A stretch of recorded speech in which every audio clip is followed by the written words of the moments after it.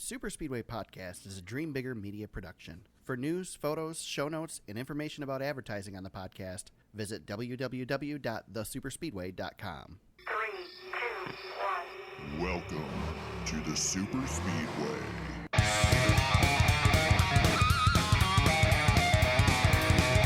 Welcome to episode 165 of the Super Speedway Podcast, recorded Tuesday, August 5th, 2020.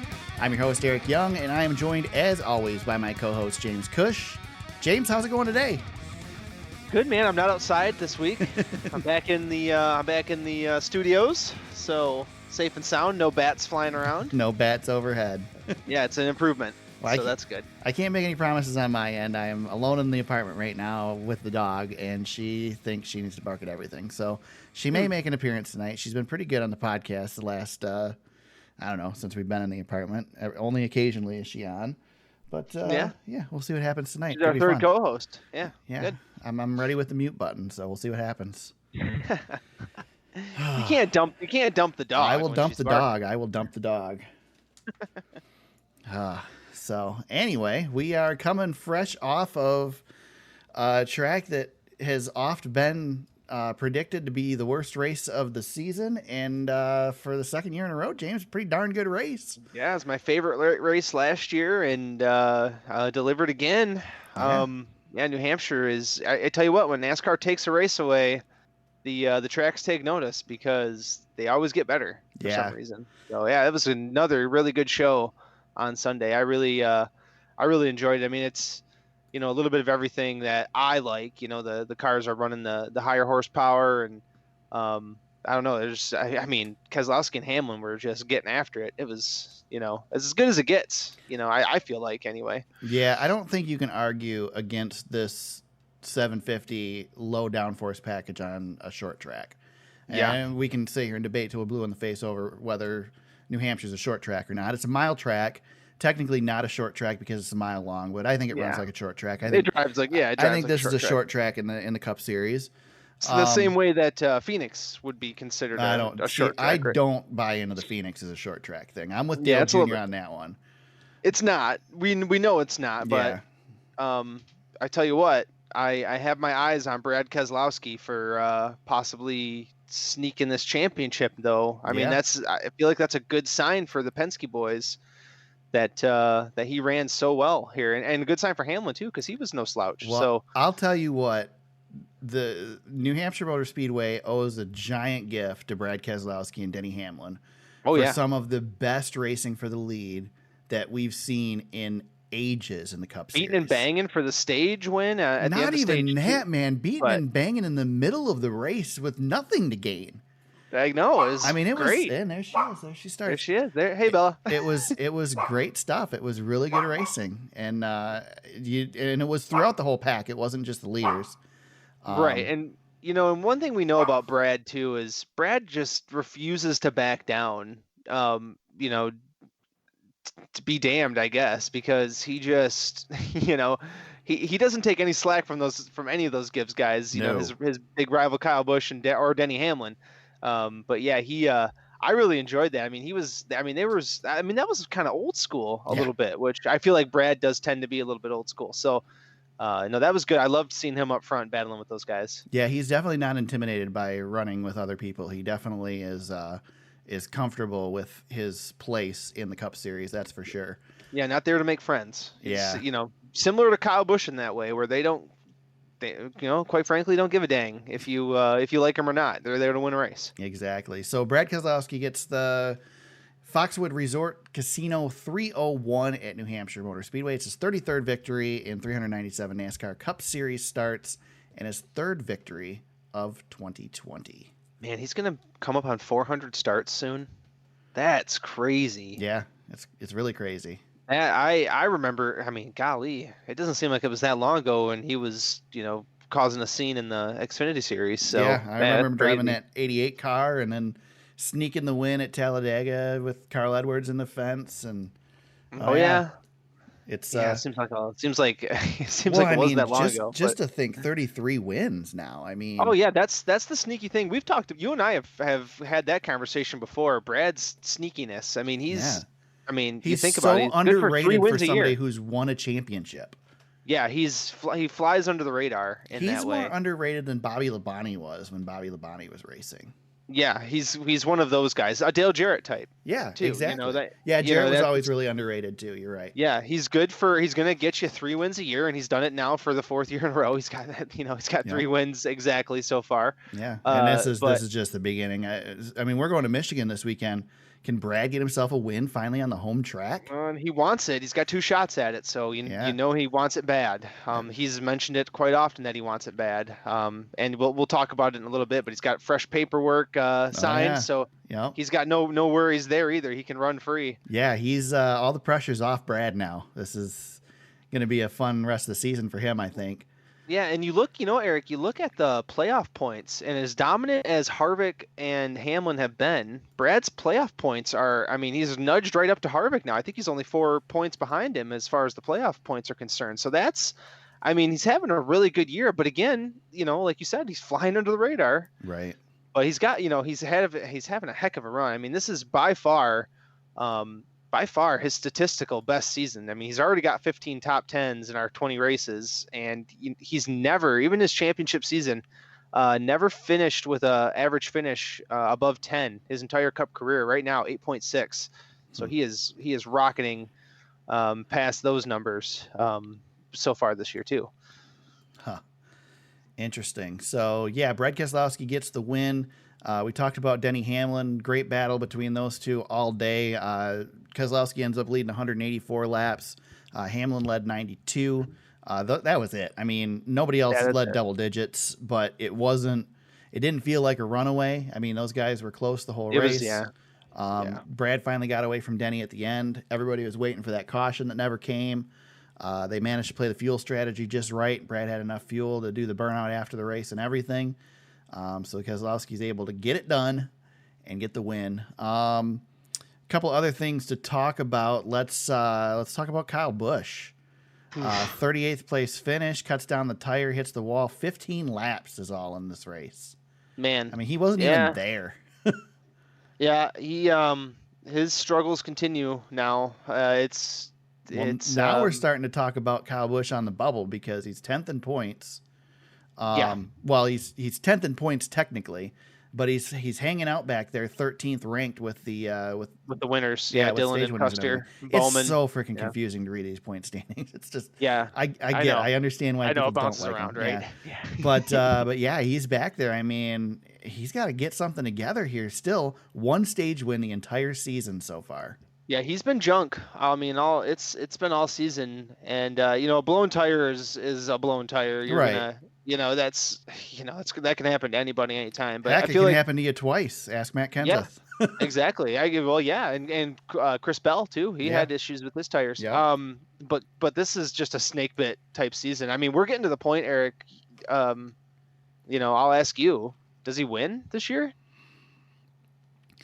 I find it hard to say no, but what do we got left? I mean, does he win in the regular season? I don't think he does. He's not winning Michigan. No, I mean, does he win? He's not going to win Michigan. Watch him go dominate both of them this weekend. Probably right. He's not going to win Michigan. I don't put him at the top of the rung on the Daytona road course by any means. He does have experience there, which a lot of drivers don't. Recent experience. He raced there this year, so that might help him. But I don't know, man. I don't see him being the guy there. He's really out to lunch. I mean, it's.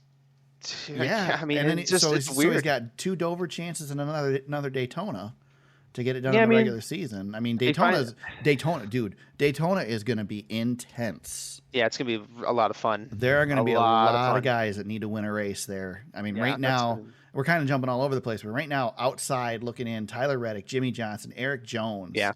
Well, that's the time of the year we're in, Eric. And if those listening, we're going to be getting into the playoff bubble every week now. It's just going to be, and actually, Eric, that's probably my fault. Is we should start putting that in the show notes where everybody's at. I think I'll start doing that next week. Yeah, we definitely want to add that because we're going to have 2 races this weekend, and it's going to be even more of a jumble. So yeah, I mean, just looking at these, like I said, Tyler Reddick, Jimmy Johnson, Eric Jones. Eric Jones is a favorite at Daytona. Eric Jones has to win. He has to win now. Bubba Wallace runs good at Daytona. He's outside. Christopher Bell, Ricky Stenhouse Jr. We know how good he is at Daytona. Ryan Newman is way out looking in.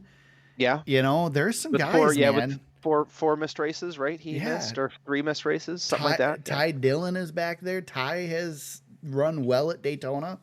Mm-hmm. I mean, shoot, Ryan Preece has run well at Daytona. He's outside looking in. So, well, and maybe, LaJoy. Yeah.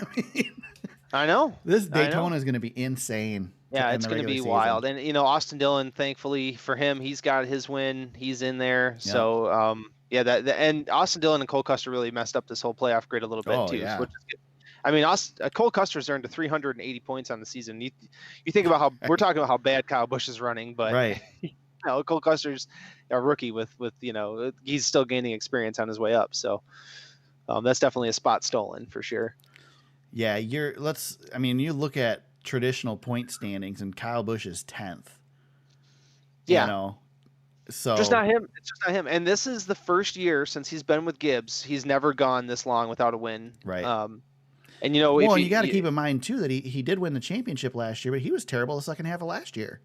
Oh yeah, he was bad in the stretch, but he made he made it to Homestead and got the job done. So championship deserved. No, not taking it away from him. No, but that's definitely. the only win he's had in a year and a half ish, somewhere around there. No, he's getting to that point, or a season and a half.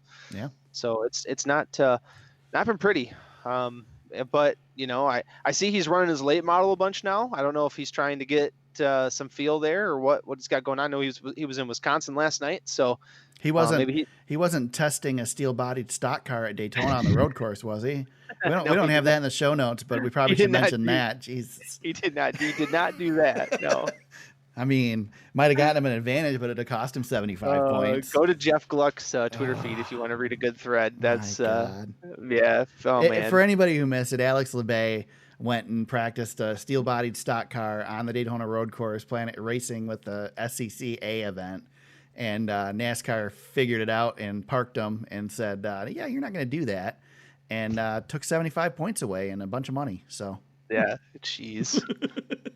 NASCAR's been pretty strict with this Daytona thing that nobody gets to test. They're not doing practice ahead of time. They're basically doing everything they can to try and make sure that nobody has an advantage going into this race. They can't run multiple races. They can only run one race on the weekend. But iRacing has the chicane out, so they can practice there. Yeah, there you go. You can get your iRacing fix.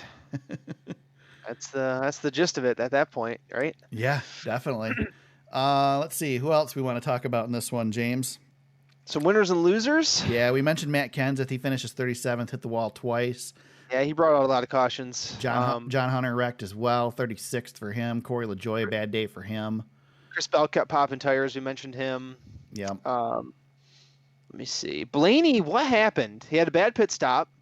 Terrible strategy, just bad strategy. Yeah, they just were gone.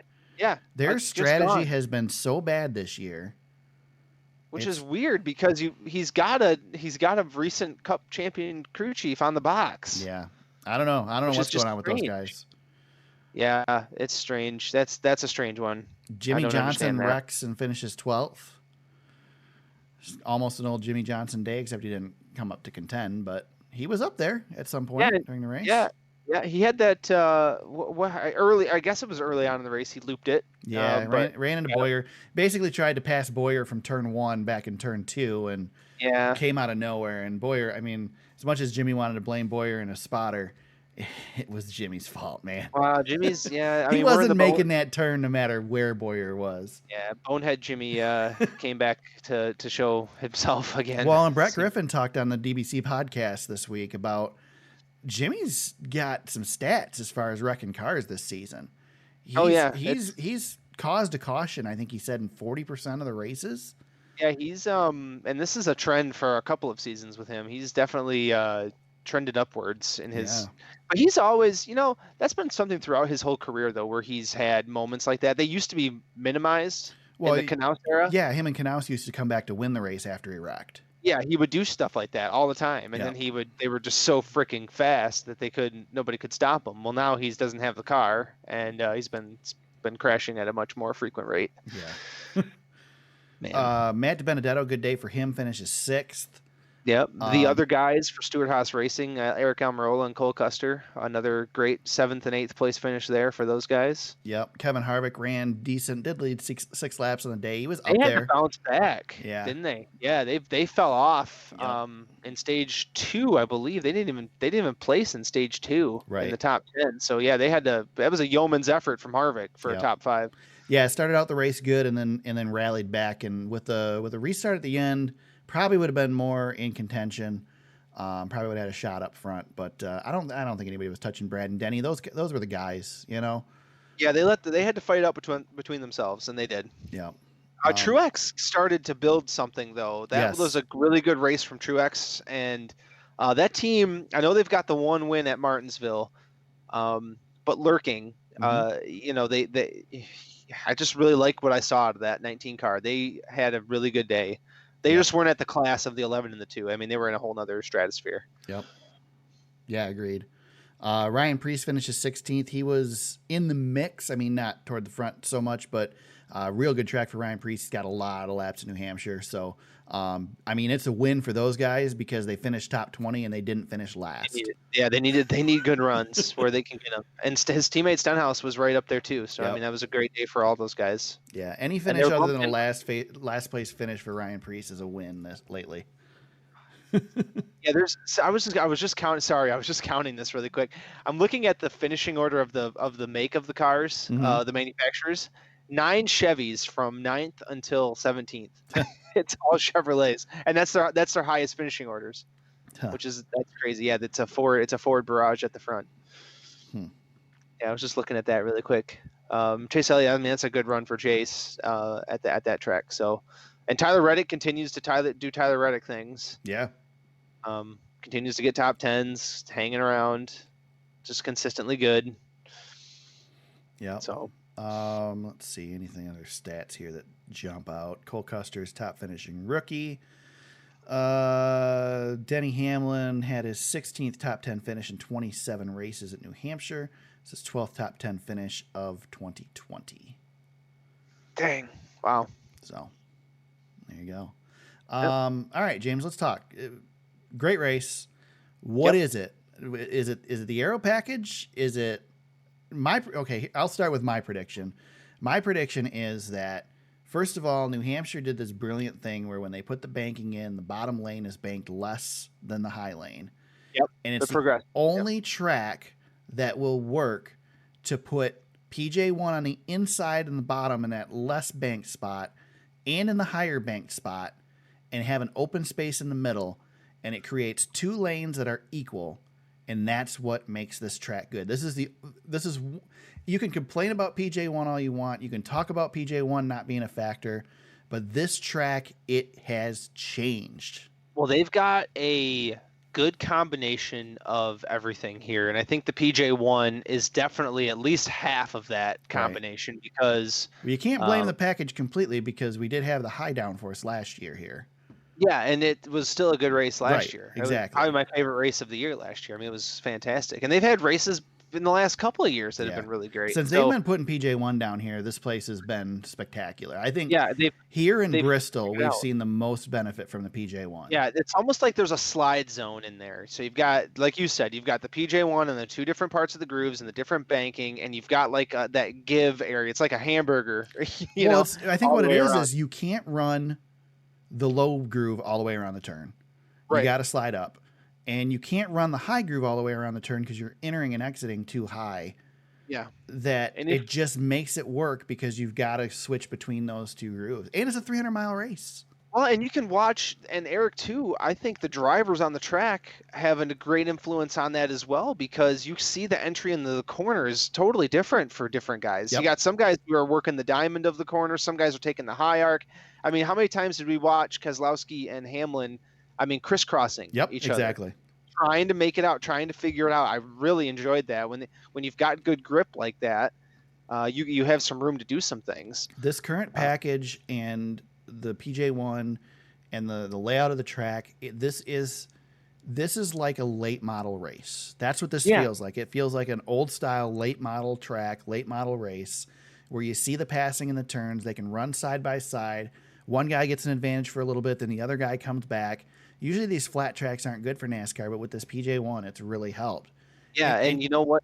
Eric, I mentioned. Oh, go ahead. Sorry, I mentioned that here in Bristol are the two places that it's affected the most. It's the exact opposite reason too, because the PJ1 makes this track more racy and it makes Bristol less racy, and that's why we like Bristol, is because we want Bristol to be less racy. We want contact there. Yeah, you want one groove. Here we want guys running side by side, and it's been great. Well, and this is what happens with PJ1 at New Hampshire is what NASCAR wants it to do everywhere else. Right. But one of the problems that NASCAR has is at New Hampshire, those cars are getting down under 100 miles an hour in the corners. Exactly. There's room there, and with the higher horsepower, you've got the room also. I mean, there's just a large gap of space for drivers to make things happen in that space. Yep. If you're putting PJ1 down at Michigan, for example, and you're going into the corner at 205, there's not a lot of room for anything, and you're taking horsepower away from the car, so there's not a lot of throttle response. So you've got a tight window to keep it in those lanes there, and the PJ1's not going to do much. Right, and it also helps in New Hampshire that you can slide in a little bit when it's not activated, and it doesn't kill your race. Whereas, like you said, at Michigan or at Kentucky, we saw you get into it when it's not activated, and you're wrecking. Yeah, exactly. Yep. So. Yeah, the room for error at New Hampshire is so wide, and you can do so. You've got a big box to play with, whereas your faster tracks, Texas, things like that, you're still trying to hit. You're still trying to run over a dime in the corner. You're trying to find you're trying to hit those perfect marks every time. It's not as racy. So interesting to see this cycle that we get. And okay, so let me just say this: we're putting it on the PJ1 and in the package and what all that. Let's just say what it really is. This is all about the age of the track. This is all about the natural cycle of a racetrack, because we have tracks that have been terrible that are now our best tracks. And why are they our best tracks? Because they haven't been touched. Yep. Auto Club. California, is one of the best. Chicagoland, great racing. We hated those tracks. Darlington's great. Yeah, California, we wanted to rip up. Darlington's always been great, but we've wanted to rip up California. I mean, we wanted it off the schedule. Atlanta's, I could do without, but I think Atlanta's too bad now. But yeah, maybe. And Darlington's pavement is fairly new, but it just wears fast out there. So I hope whatever they've done to tracks like Kentucky and Texas, that they do that to Michigan next time they pave it, because I have a feeling by the time Michigan wears out to where it's any good, they're going to have to pave it again, because that place just won't wear. Yeah. But when they first I think it Michigan, has to do with age. Yeah, exactly. And when they first paved Michigan, it had a short window there for about a year and a half, where drivers were trying to fight for that area. The racing was actually pretty good, but then then everything kind of spaced out a little bit. And it was good at the beginning though, because it was fast. It was so fast. Yeah, I mean, we were really flying there. Once they slowed the cars down there, it there's just exactly, they killed it. Yep. If you're going to have a track that you can't pass on, at least make it fast, and then that gives you some reason to watch it. Yeah, remember how fun that was when they were qualifying at what? I mean, they were pushing the 220, almost 220s, weren't they? Yeah, I got to stand by the fence on that. Yeah, down in turn 1. That's hairy. Yeah, it was nuts. All right, that's fun. Anything else with New Hampshire that we need to talk about? It's kind of a weird weekend because it was it. This was our race this weekend. That was all. Yep. Yeah, we weren't used to it, and we had a little bit of a break in between. Yeah. So yeah, it was kind of weird standalone race, and off we go. We're gonna make up with it this weekend with 4 races this weekend. Yeah, heck yeah. 4 races on 2 different tracks, 5 if you count the ARCA series. Wow. Yep. We're back. Back. Crazy schedule. All right, let's bust through some news. We'll go through the news real quick, and then we're gonna talk some silly season stuff, because we got some silly season news this week. Decided to break it out. We'll probably break it out over the next few weeks. I have a feeling we're going to see more of this stuff because the dominoes are starting to fall finally. A little later than usual, but they've been falling. So first off, news broke this week. No coronavirus outbreaks after the All-Star race at Bristol. We had 20,000 or so people in the stands. And so far, health officials have not identified any outbreaks as a result of that. So that's good news, right? Yeah, I guess it's a good thing. I can't complain about it. Nope. I mean, I still get nervous every time I see fans in the stands. I do too. Yeah, but they're outside, and this ties into another one of our news items. So I think we can bunch them up a little bit here. But the Indy 500 announced that no fans. They started out at what, Eric? They said 80%, then 50, then 25, and now Raj did the right thing and Yep. and nixed it. Yeah, no fans. At least we still get the Indy 500. I mean, it could be worse, but Yeah, it you get sucks the that Indy won't be fans 500. there. Yeah, I mean it's what, and you know, New Hampshire had fans in the stands. Yeah. And they did look fairly spaced out to me, but I agree Till with you the 100%. end when they all crowded the fence. Yeah, I know. I still agree with you, man. Makes me nervous seeing it. Still does. Still does. Well, and IndyCar canceled their race at Mid Ohio as well because of increased coronavirus cases. So Yeah, they're starting to spike a little bit, Yeah. a little bit more. Whereas in our state, at least, we're starting to see plateauing, I guess, right? yeah, I'd say it's somewhat. kind of evening out. But for we're the most still part. not in a space where we're ready to come back to stuff. No, either. it's gonna be a while before the governor lets a lot of people in the stands at anything for sure. So Gretch? yeah. So yeah, like James said, no fans of the Indy 500. Watkins Glen, we lost this season to the coronavirus, but they said today that they expect to be on the 2021 schedule. I mean, I don't think anybody was thinking that they weren't going to be, right? No, I mean, no, and I also saw, Eric, that the schedule may be announced in August. yeah, for I've seen that we're starting to look close at getting that out. So I don't like that they said that they expect to be on the 2021 schedule. Why would you take Watkins Glen away from anybody? Right. I don't understand. I would not understand that. And I don't know if you read the article. It was on J-Ski, and it just said they were asked about it. The president was asked about it on one of the sports channels, and he just said absolutely no question about it. So Yeah, good. this is a sports channel making a story out of nothing. Yeah. Now, if somebody talks to Chicagoland and finds out whether they're going to be on the schedule next year, that's a story because we don't know. I'm a little We nervous don't know. about Yeah, Chicago. Yeah. Man, I don't want to lose Chicago because I love that track. But so, not that we've heard anything leading us to believe that might be the case, but I'm getting more and more nervous with the stuff talk about Iowa and whatnot. So Yeah, Iowa's concerning, and yeah, if NASCAR is looking to do street course racing, Chicagoland's in trouble. Yeah. There. Yeah. Too. So yeah, we got a couple of things up in the air, a couple balls in the air there. But I do have hope with some of these double headers that we're gonna see a lot of changes, but we may see multiple races at some of our favorite tracks again. So that's good news. And Bella likes it. yeah, she does. She does. Speaking of road course races and street course races, I got stuck in a YouTube rabbit hole the other day. The Grand Prix that they ran at the Meadowlands for IndyCar. IndyCar has raced in the parking lot at the Meadowlands twice. Well, Oh, that's cool. two different tracks. Neither was successful, but Of course. but yeah, got stuck in the YouTube rabbit hole on that, and Yeah, you can find yourself in some pretty good YouTube rabbit holes on any different type of race. I mean, there's this NASCAR history account on Instagram, and they always have highlights of old races, and they break them up into all these large clips, and you're swiping through, and I get stuck on that every single time. It's like, right now they're doing Michigan, and they're doing like 2003 Michael Waltrip winning the Xfinity Series race. I got caught up into that one. 2001 there was they did a Cup Series race, and I just get lost in it every time. It never fails. It makes me stop. well, since you mentioned that, I was debating whether to use this as one of my shoutouts this week because I have a couple, or whether to hold off and save it for another one because I don't think I've ever shouted them out before, but NASCAR Man History on YouTube puts out some great videos about historical things that happened in NASCAR. And James, I sent you and Todd, the video this week about how Slim Fast is responsible for modern NASCAR.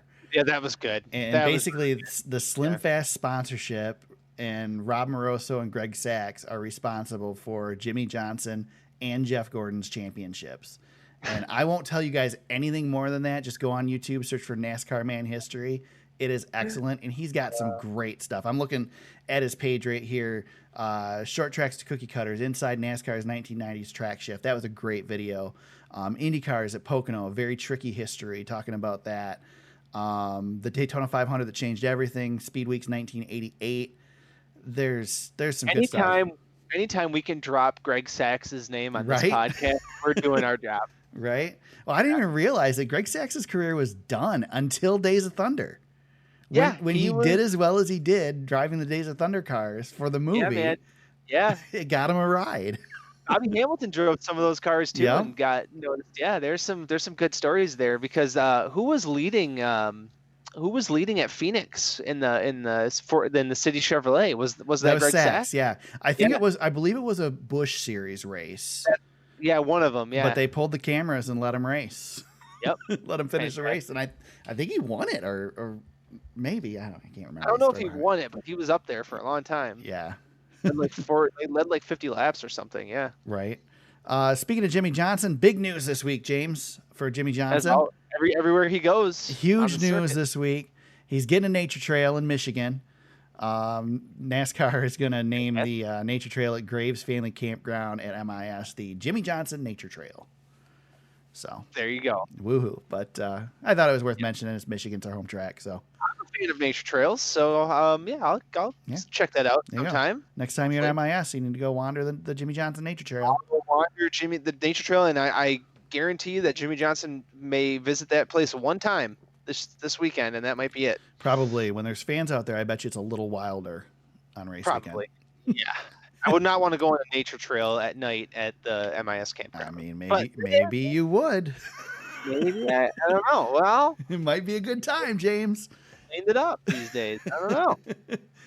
All right, I think that covers the news. I think, right? I think so, man. I mentioned the Alex LeBay thing already. We passed that. So Jeez. let's talk some silly season stuff. James already mentioned it. Brad Keselowski signs an extension to stay with Team Penske. First domino falls in a silly season race. Yeah. The first domino, first championship domino, I guess, right? The big dog. I called this one, right? Yeah, It was happening. You could see the writing on the wall here. Yeah, I think you and I had a good messaging thing about it with our buddy Todd too. And yeah, man, once COVID struck, I think it changed everything. Pre-COVID, pre-Kyle Larson getting fired, things were a lot different. This is one of those things, like we look at the Slim Fast thing with NASCAR Man history. This is one of those years, or the Dale Earnhardt Jr. driving Kyle Busch's car at Texas. This is one of those things that will stick. I was just gonna say how iRacing won Brad Keselowski another championship. Exactly. Yeah. No, it seems like forever ago, Eric, but do you remember how grumpy he was at Speed Weeks in Daytona?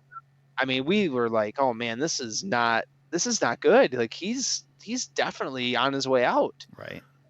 But then 10 weeks off and things go down. And, one thing we've stayed consistent on is we believe that Brad was looking for stability and a longer contract. And we don't know the terms of this contract, but you got to believe that this is Brad's getting one last long payday is what you got to believe here. Yeah, I would think so. I mean, His age.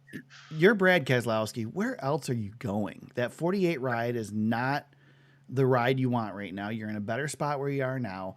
He fits the mold of Penske. I mean, to a T, he fits Penske. Yeah, he is Team Penske. Yeah.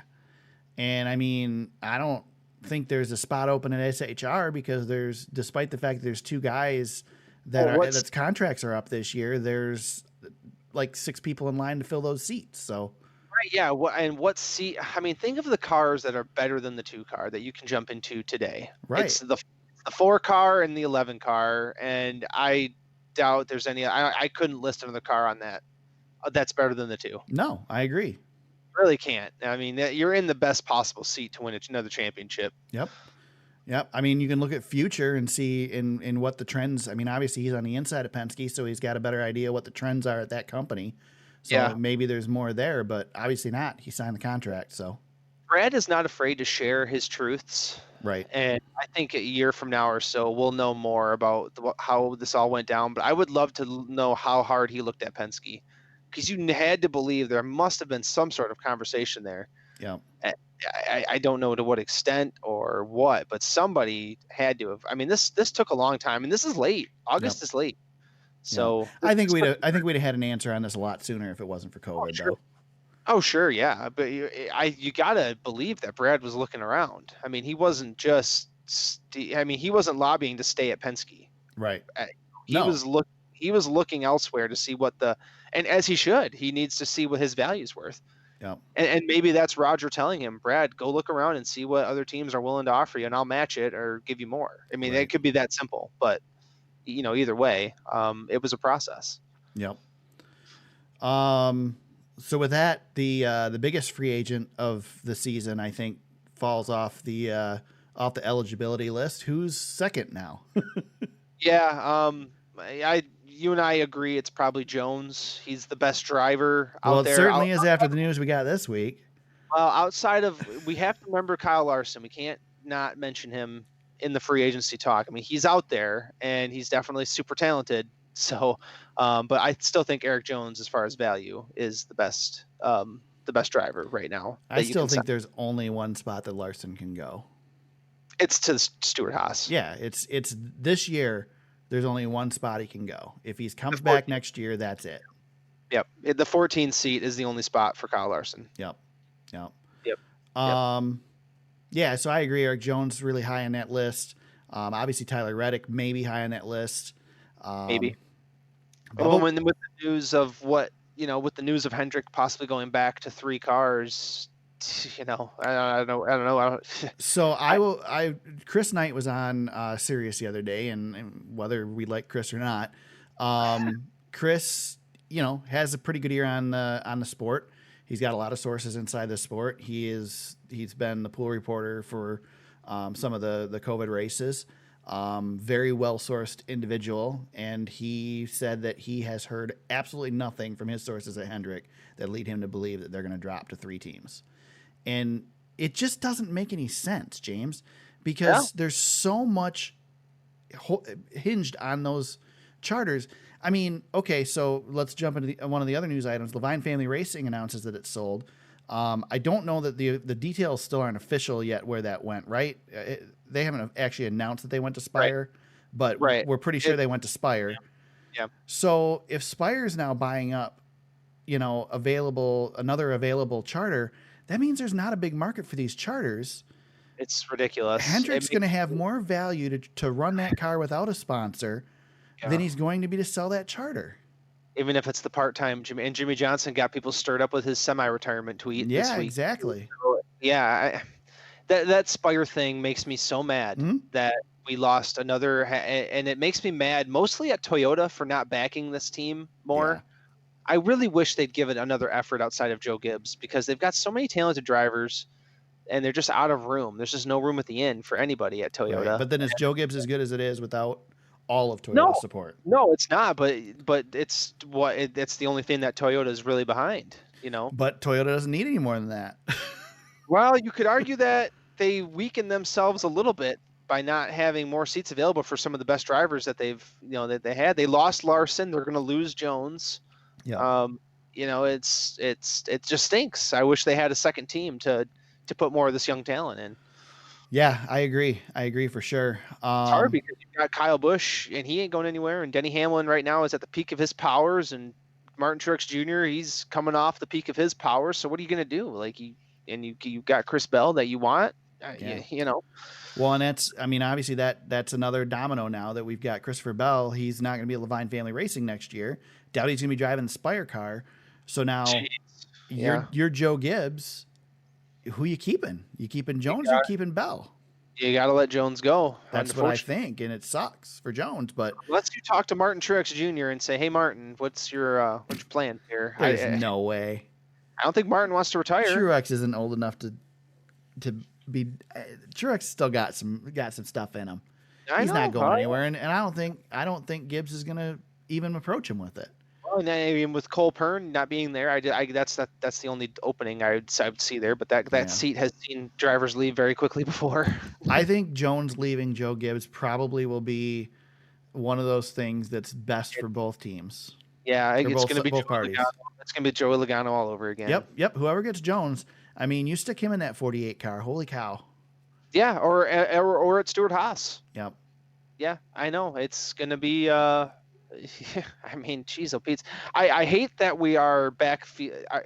The good stuff at the front of the field is dwindling again. Mm-hmm. We lost the 78. We're going to lose the 95. Not that the 95 is a Class A ride, but but it had potential to build into what the 78 was. Yeah, exactly. It's a Gibbs satellite that had something going, and now that's gone. So, does Toyota look at like a front row, and do they expand there? I don't know. I don't know. I don't know. Yeah, yeah. There's a lot of chairs moving around, but some of the chairs are going away, and there's really good drivers staying there with their hands in their pockets. Well, let's put a pin in that because I want to come back to that in a second. I mentioned, or started to mention, that another top, possible free agent. Well, definite free agent, possibly a top free agent, has been very popular this season and definitely is drawing sponsors right now, and that's Bubba Wallace. Yeah. We found out this week that not only has he been offered a contract with Richard Petty Motorsports, but he's also been offered partial ownership of the team. Yeah. He confirmed that was the case. Chip Ganassi Racing is looking like a potential option for Bubba, and it seems like a lot of the arrows are pointing that direction. It's fit. Yeah, pieces fit. He's also been mentioned as possible for the 48 car. But Bubba's got a relationship with McDonald's, which has a relationship with Chip Ganassi, so that would be good for them. Good symmetry. One thing that where I want to go back to the other statement is that the RPM president or owner said the other day that they've recently been approached by 3 drivers asking about that ride, including a current star, but their focus is on keeping Bubba. Now, 2 things I want to take from this. This is no different than Clint Boyer a few weeks ago talking about how he wants to keep that ride. This is all politics. This is them telling Bubba, hey, there's a big name that could step into this ride if you go. This leads me to believe that there's probably a really good chance that Bubba's leaving. Secondly, the ownership thing that's the thing that tells you that Bubba's got a foot out the door, and that's an inspiration play. Secondly, what if that interested party is someone like Eric Jones with support from Toyota, and you switch the Petty cars to Toyota?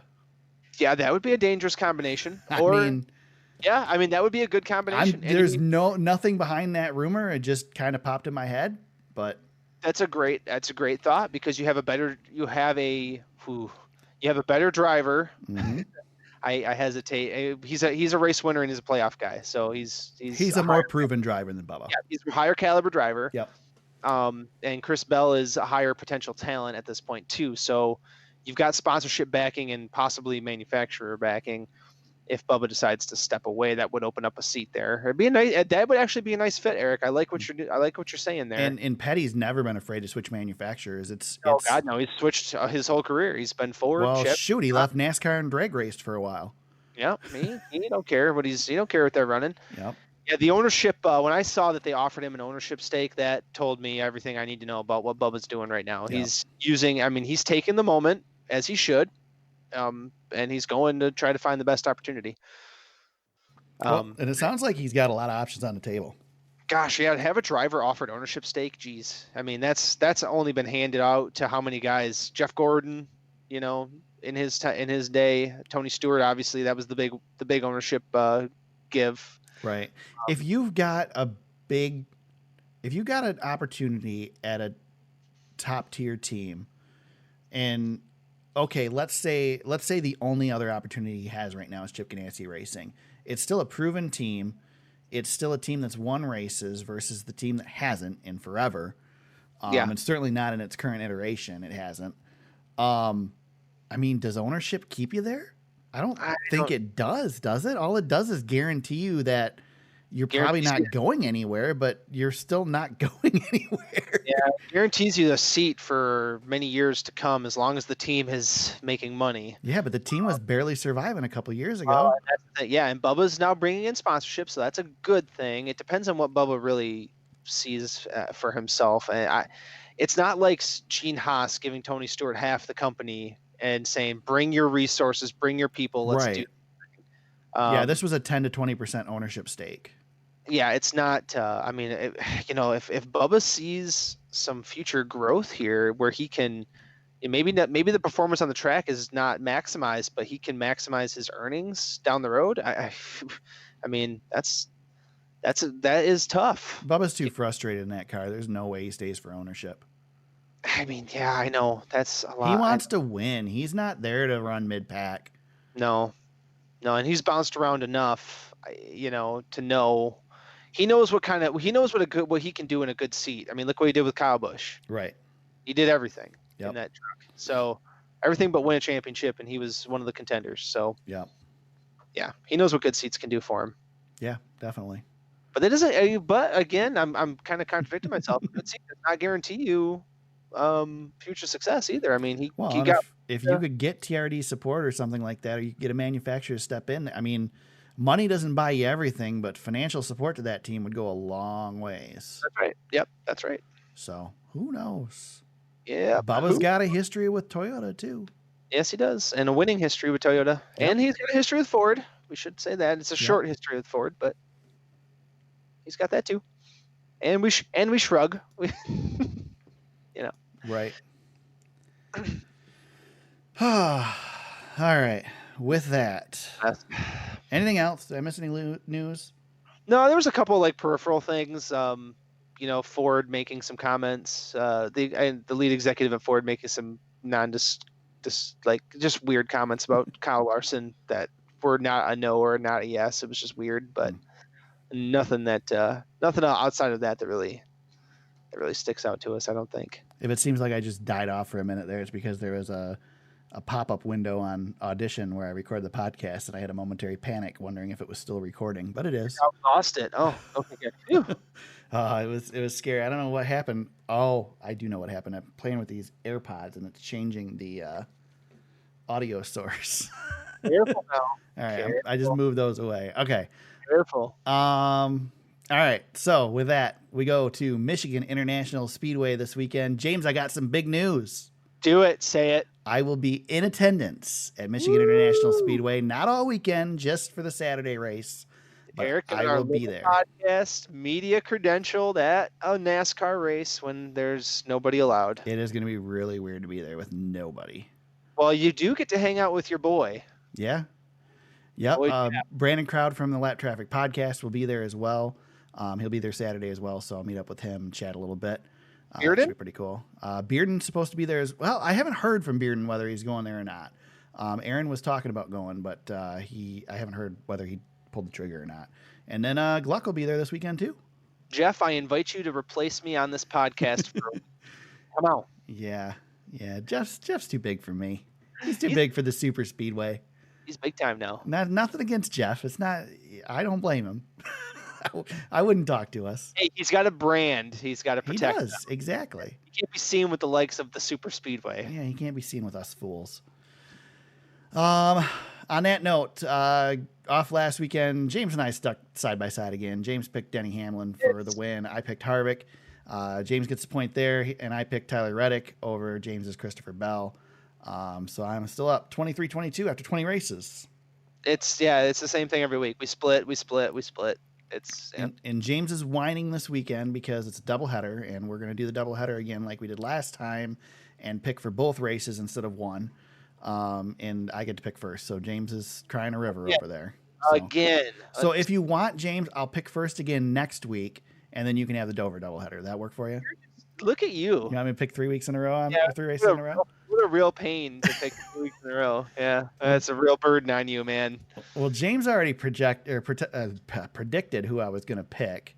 Yeah, and I did say, though, too, you are leading the point standing, so if you're going to get the first in a 2 doubleheader races, you've earned it. You are leading. So I want to make a couple points here really quick before I make my pick.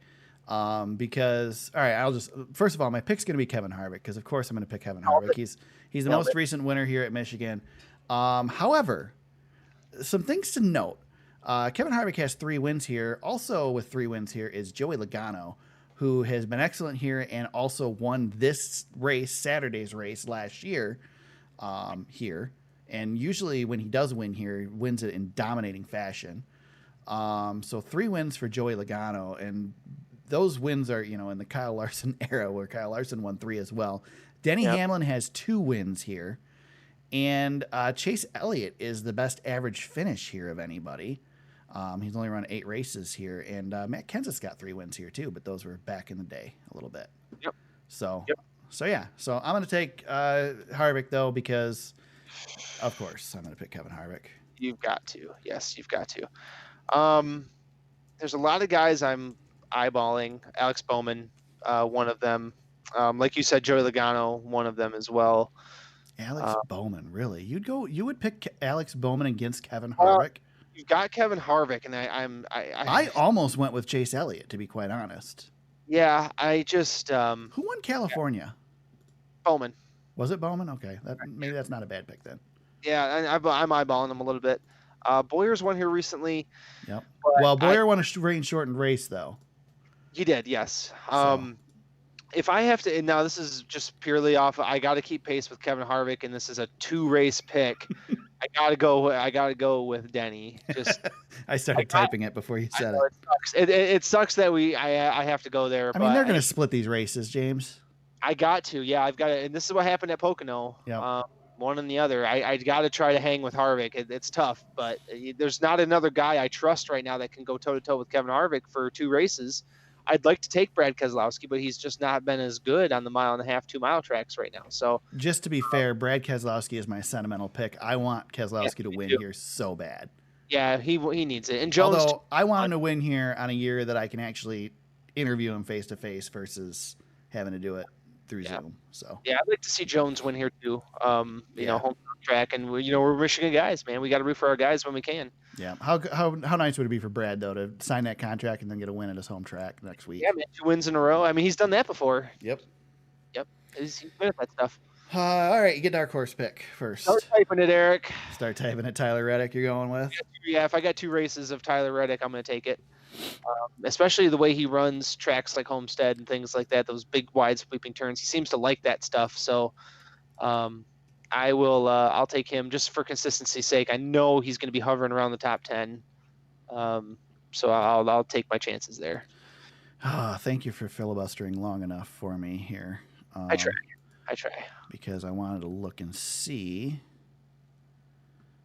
And Fire. Yeah, I wanted to look back and see who has historically been good here in the Xfinity Series. And of course, Tyler Reddick won here last year in the Xfinity Series. So yeah, I got to take him, man. I know. This is my payback for you getting two Harvick picks. At least I get the dark horse of Tyler Reddick. So we'll split. All right, I'll take Cole Custer. Oh, you're gonna go with your boy, your lock. Yep, I'm going with Cole Custer. He's also in a Stuart Haas car. Stuart Haas, you would think, would have good notes from here, and there you go. Yep. No Quinn Hoff, huh? No Quinn Hoff. And we start putting Matt Kenseth down as a dark horse. I don't know. We probably should start. He's probably available now. It's hard to say a champion is a dark horse, but yeah, he's dragging his way back there. Jimmy is a dark horse at this point. Well, yeah. I mean, honestly, I'd be all right with. He's a 7-time champion. I'd still pick him as I'd call him a dark horse. If we're picking Tyler Reddick and Christopher Bell, points on the line, baby. And Cole Custer. Wait, that's right. Can I pick Cole Custer because he won? Right? I can't pick him. Oh yeah, you can't anymore. All right. Well, then I'll just go Christopher Bell. I was gonna allow it. I know you were. I'll go Christopher Bell then. Chris Bell. Yeah, it's a good pick. I forgot. Custer's got the win, so he can't be a dark horse anymore. Yeah, he's a playoff driver, so yeah, he's. Yeah, definitely can't be a dark horse. And Tyler Reddick's going to be a playoff driver too. Yeah, probably after winning this weekend. Yeah, he's trying. He's doing things. All right, James, we need to talk about the fantasy league this week. It's very important. Eric, do you want to plug the fantasy league? Very important that we talk about the fantasy league this weekend because I finally got a win this weekend. You did 233 to Jay Wentz 230. You squeaked it out, Eric. You did it. Can I just say before we talk about the fantasy league that if you design a website that has a sidebar, here it is. Why would you design a website that then has another sidebar that is in a different place than the actual sidebar? A sidebar inside a sidebar? This NASCAR.com website is okay. So here's the deal. So when I go to NASCAR.com, and let me expand this and make sure. Yeah, this is the same. If anytime we talk about the fantasy league, let's just rename it the Grape section. So NASCAR, I give NASCAR credit. They've had many iterations of their website. I do believe that their best website was probably back in like the late 90s. The Marty Smith days, yeah. So right now I'm on the NASCAR website, and there's like nothing in the middle. Why is it not loading in the middle? That's weird. So I have a sidebar here on the left side. It says quick links, and I guess fantasy is on there, but it has schedule news, blah, blah, blah. Earlier, I came on this site because I wanted to look at point standings. So here's my sidebar. Nothing on there. In that sidebar, I have to click the little hamburger button up here in the top to get another sidebar that then has my point standings in it. But I went to click on that hamburger because that's where I got the point standings to get fantasy. And oh, no. Oh, yeah, it's way down at the bottom there. But then you got a tab bar down at the bottom that has fantasy in it. It's a terrible website. God. It's bad. It's a bad app, too. Absolutely horrible. But anyway. The app is really irritating because you log into the app during a race and it pops up the results. It's bad. Eric, you know what? You won. Just be happy. Can you just be happy? There we go. And then I can't figure out how to get my fantasy team. This is why James always does this. All right, let me get to the league now. And I'll results. play it for you. I have it ready if you need me to. All right, like James said, I got the win. Jay went second. James finished fourth this week, so good run for James. Denny Hamlin would have done Denny Hamlin would have been the winner. I would have probably caught you. I think. Yeah. Did you pick Christopher Bell? I had him. No, actually, I didn't even have him on my roster. Todd tried to talk us into picking Christopher Bell. Well, look at where Todd finished. Yeah, Todd finished 8th. Poor Todd. Todd was 9. That's his own. Todd finished 8th out of 9, except the 9th guy didn't pick. So. Yep, we lost Toyota fans somewhere along the way. He doesn't want to play anymore. So. Yeah. It's because he's probably a Kyle Busch fan and he's done. Yeah, that's okay. So looking at the overall standings, I'm still hanging out in 6th place. Freight Train, that's Todd. He's still leading. Yeah, Todd's doing good. It's still close at the top. Yeah, Ranger Runyon is second. It's 36.53 to 36.26. Denny the Many hanging out in third, 35.90. Then Justin 713. Smokey come back. James still barely ahead of me. Yeah, you're ahead of me by about 100. Yeah, it's close. Yeah, not quite as close as the race picks, but it's still close. You still got time to pull away. Yeah, we're in our own class. Yeah, exactly. Racing in the back of the pack. Yep, we're mid packers. We're barely ahead of Toyota fan who hasn't picked in like the last 4 weeks. Yep. So, all right. With that, shout outs this week, James. You got any? I'm continuing on my NASCAR Thunder 2004 resurgence. I have been playing the career mode. I'm halfway through my first season. And I'm basically Rick Ware Racing right now. Almost got a win the other day at Sonoma. That was a highlighted moment, but nice. But my underfunded equipment only could get me up to 4th. I felt like Kurt Busch, a couple years ago trying to steal one, but everything else has been. I'm consistently in the 30s right now. How bad is it? What is this? PS or Xbox original Xbox? Nope, it's a PS2. Okay. Yeah, and man, it's really that career mode's really hard because I put on the hardest difficulty, and I'm really trying to earn my stripes, and it's been very challenging. What year did you say it was? 04?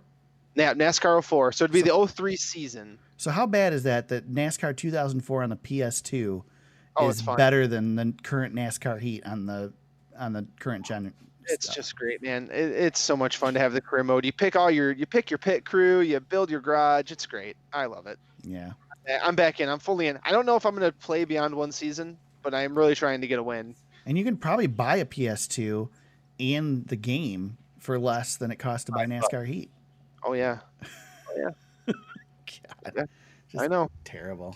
Oh yeah. All right, I have a shout out as well. I want to shout out Michigan International Speedway, and the reason I wanted to shout them out is because I don't know if other tracks have been doing this or not. I don't follow the other tracks on Facebook, but I follow Michigan International Speedway, and they did a thing this week so a lot of the tracks let the fans down into the fan zone and onto the track. You get to go down there for driver introductions.